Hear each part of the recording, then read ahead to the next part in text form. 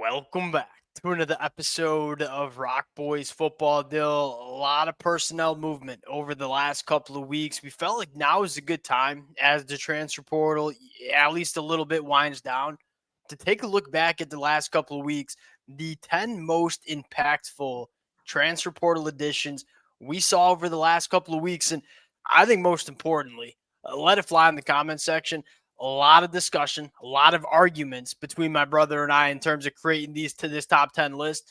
I think secondly, kind of just clarifying these are not the 10 best players in the transfer portal. This is more targeted at, hey, what players are going to have the biggest impact on their respective football team heading into 2025. Appreciate you guys rocking with it. There's been a lot of support from y'all over the last couple of weeks as we've broken down the commitments. Can't thank you guys enough. If y'all do enjoy the content, consider subscribing to the channel. Dill, without further ado, I think we both agree here that quarterback Carson Beck probably has the biggest impact that you saw across the country.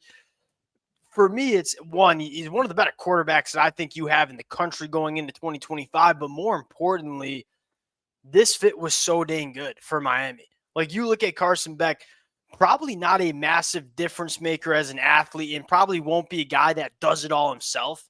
But if you can surround him with a good run game, which Miami will have, and some nice pieces on the outside, this is a quarterback that can do some really, really good things. Really good quarterback. In a year of college football where I'm not sure how many great quarterbacks there are going to be, on top of that really good fit, Carson Beck has the biggest impact in 2025. And to me, it's between him and John Mateer, because I do think John Mateer fundamentally changes Oklahoma's outlook. Agreed. And I just look like Oklahoma probably has more questions, frankly, in Miami. And Carson Beck coming into the fold for this Miami team, I do think immediately makes them a contender and really more almost shakes up the sport a little bit. Because Miami without Carson Beck, and you look at what Emory Williams looked like in that second half of the Pop-Tart Bowl, I don't think you look at Miami as a particularly huge threat at that point.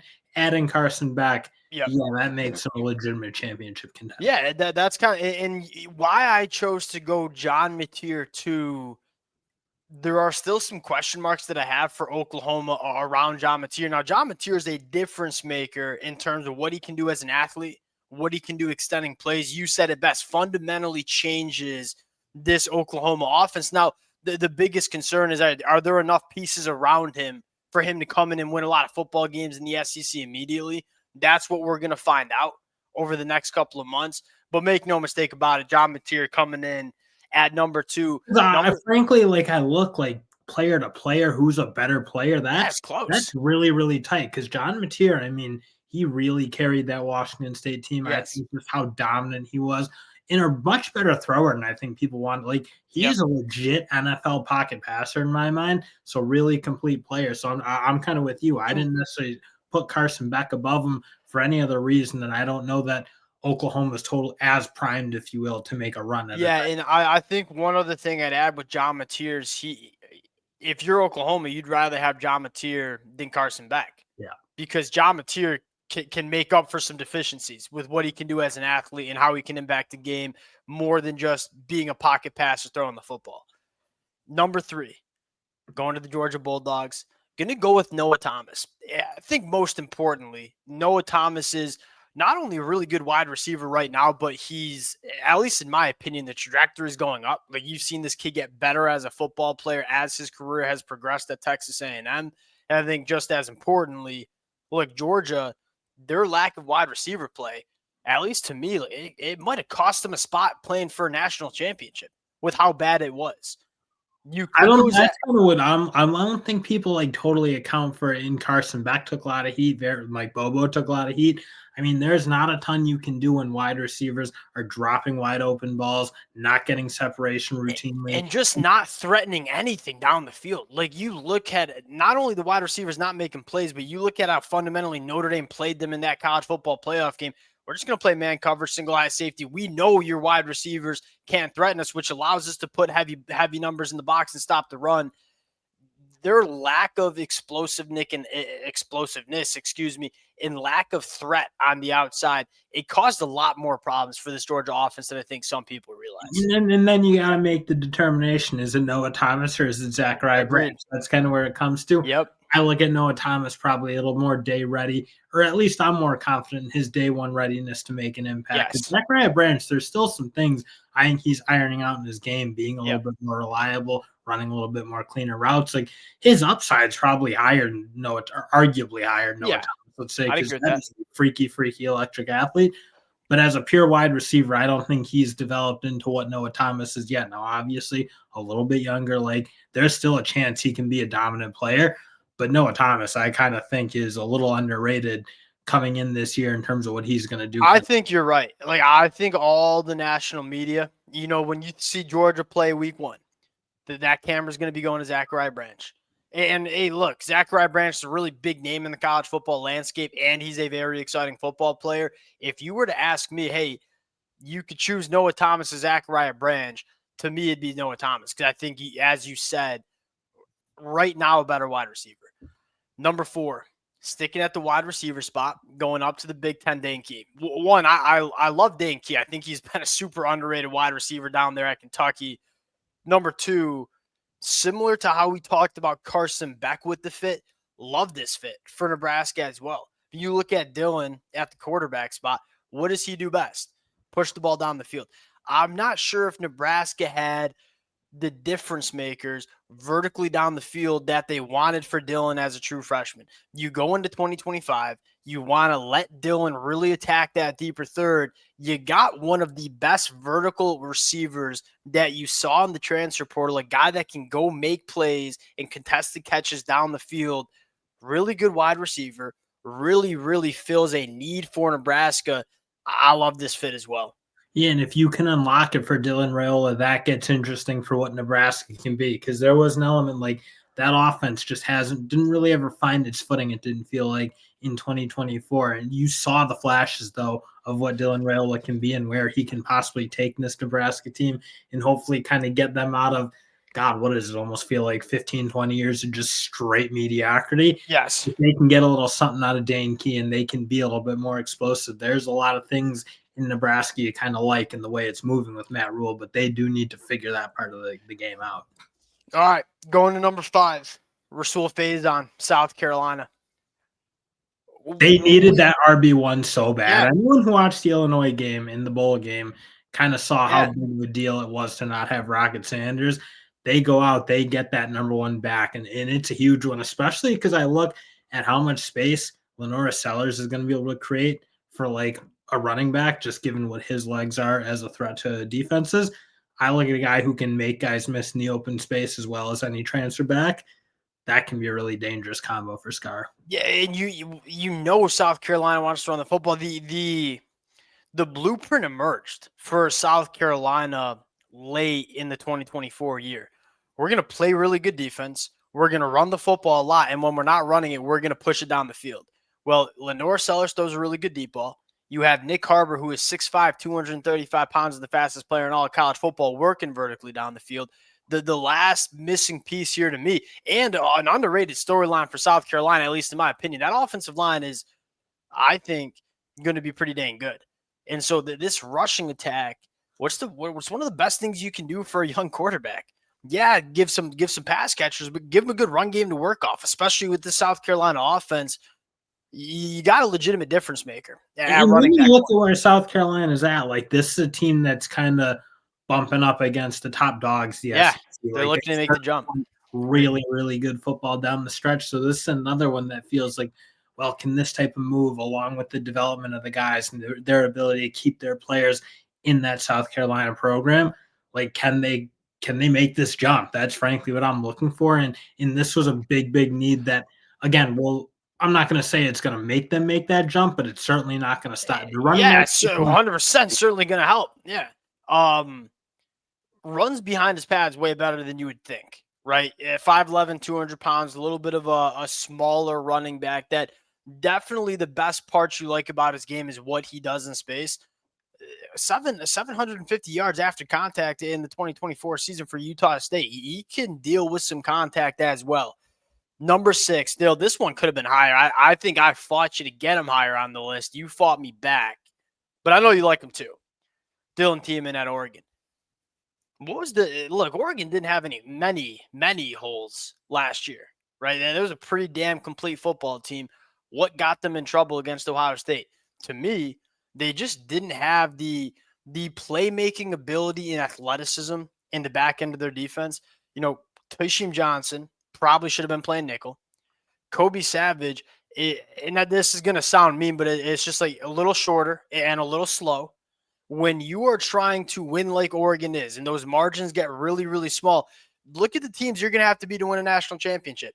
Teams like Texas, teams like Ohio State, guys that have legitimate dudes out on the outside. You got to be able to run with them. And I felt like Oregon at the safety position didn't quite have the playmaking.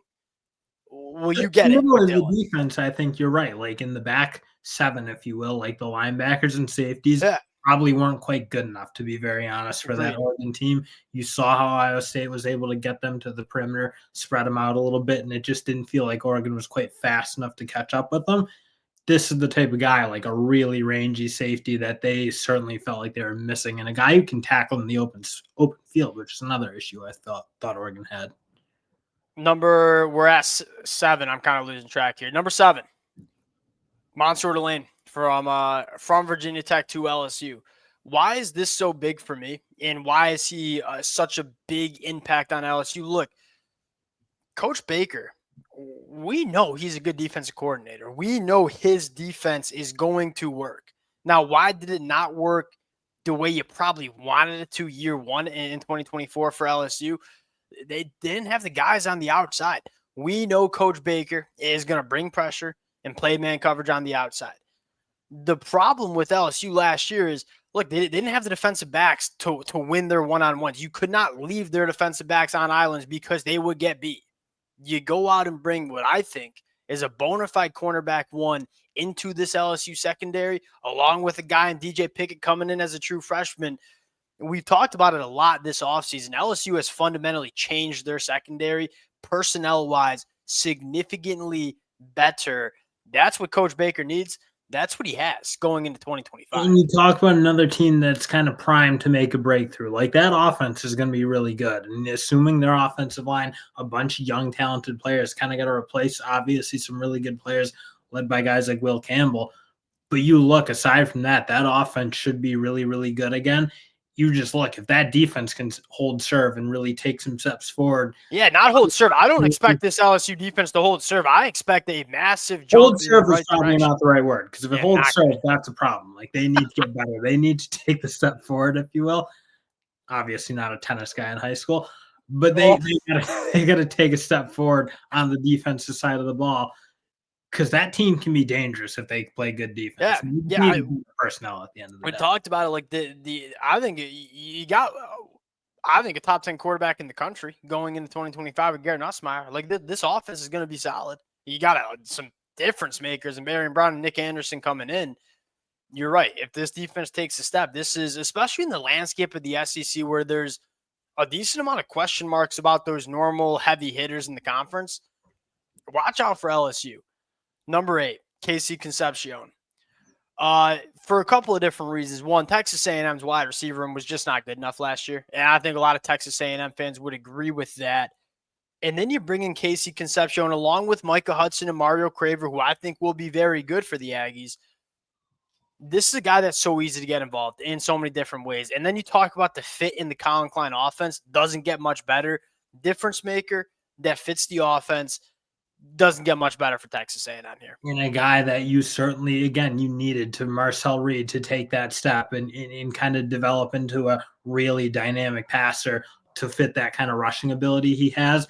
They needed some help. I think they got him some help. I think, again, you look at where he likes to throw the ball, middle of the field to his slot receivers. They needed to replace what Rebar was giving them. They obviously did that and then some, because Casey Concepcion just a little bit more of a dynamic version. Yeah, it's like Jabri Barber meant a lot for Texas A&M. This is a massive upgrade. Number 9, Xavier Chaplin, left tackle for Auburn. Give a little love to the big fellas up front. Why I think Xavier Chaplin is so big is one, Auburn in pass protection was kind of a problem. Like, their offensive line in the run game I thought was pretty dang good, but in pass protection, not great. And they had to move what I think could be an all SEC caliber dude in Dylan Wade out to left tackle, where he's clearly not as comfortable. I look at Xavier Chaplin and say you start plug and play left tackle. You can kick Dylan Wade back into guard. It makes you better at two positions, and you found just a bona fide high-level starting tackle in the portal, which is hard to do. Dill, last one, Zachariah Poyser from Miami. It's no secret that this Miami Hurricanes secondary was a disaster. Now, I expect that to get better just because they're bringing a new defensive coordinator who I like a lot. But secondly, Dill, these safeties for Miami were just lost, and they weren't versatile. They couldn't hold up in coverage. You look at Zachariah Poyser, he can do so much for you. He can play nickel, can play the free safety spot, can be really rangy, tackles in space, everything Miami did not have. Tackles was the big thing. I didn't feel like Miami tackled well enough at all. I love big physical player who likes to tackle. Again, they just need a bit of an identity shift on their defense. They need to get, just better at the secondary spots. So you look, they needed to refill the coverage, and especially at safety, it feels like they brought in a couple of corners. And you probably put one of those corners as like one of those impact guys, but 100%. just by the nature of them bringing in a couple of them, Yeah, he's really their only safety that I'm looking at. Like, yeah, that's a big time difference. And he can fundamentally change it. A couple honorable mentions I have: Jackson Arnold for Auburn. If he hits, watch out for Auburn. Keyshawn Silver at USC. Like USC just did not have from a size standpoint, didn't have Big Ten caliber defensive line. Jamal Jarrett, Keyshawn Silver gives you that size. One guy for me that I think we probably could have put is Max Clare. I look at that tight end spot. I still think Ohio State has like some room to grow, if you will, there. Max Clare is I almost feel like he should be talked about more. And I know he got his flowers as a great tight end, but man, when I watch those Purdue games, his ability to kind of line up at different spots, be versatile, be a more complete tight end that arguably Ohio State's seen in a while. And I like Garrett Stover, but Garrett Stover was not, or Cade Stover, his brother's Garrett Stover. But like, he was not the receiver threat that I think Clay is. He's going to be a really interesting weapon, I think, for that team. 100%. All right, we'll get out of here on that. Let it fly in the comment section. I know we could just do like an hour. We might have to just like an hour-long episode on all the impact guys. A lot of new players that are going to be changing their teams. Appreciate you guys rocking with it. If y'all do enjoy the content, consider subscribing to the channel, and we'll talk to y'all later. Peace.